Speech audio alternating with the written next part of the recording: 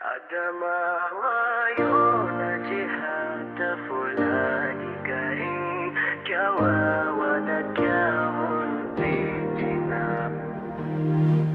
Adamawa yona jihata fulani garin kyawawa da kyawun titina.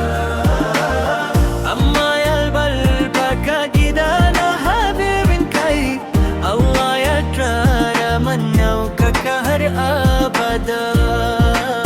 Baiti na yin Yola birni mai cike da tarihi, mutane na gari masu karamci, kogi da fili suna tara armashi. Babeno ya zo ya ji darbin zamansa amshi.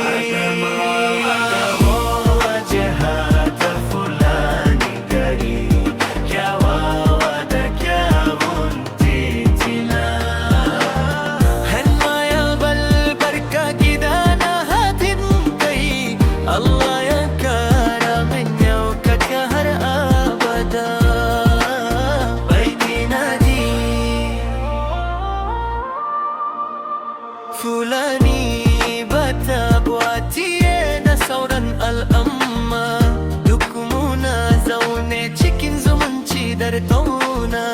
Haɗin kai shi ne ginshiki don ci gaba. Mu gina jihar mu da gaskiya da aiki, gadar wahana mu kare zaman lafiya da mutunci. Ilimi da cigaba, Adamawa ta cigaba da haskawa, da albarkar Allah madaukakin sarki. Amshi na ye Adamawa yona jihata fulani gari kyawawa da kyawun titina. Allah ya albarkaci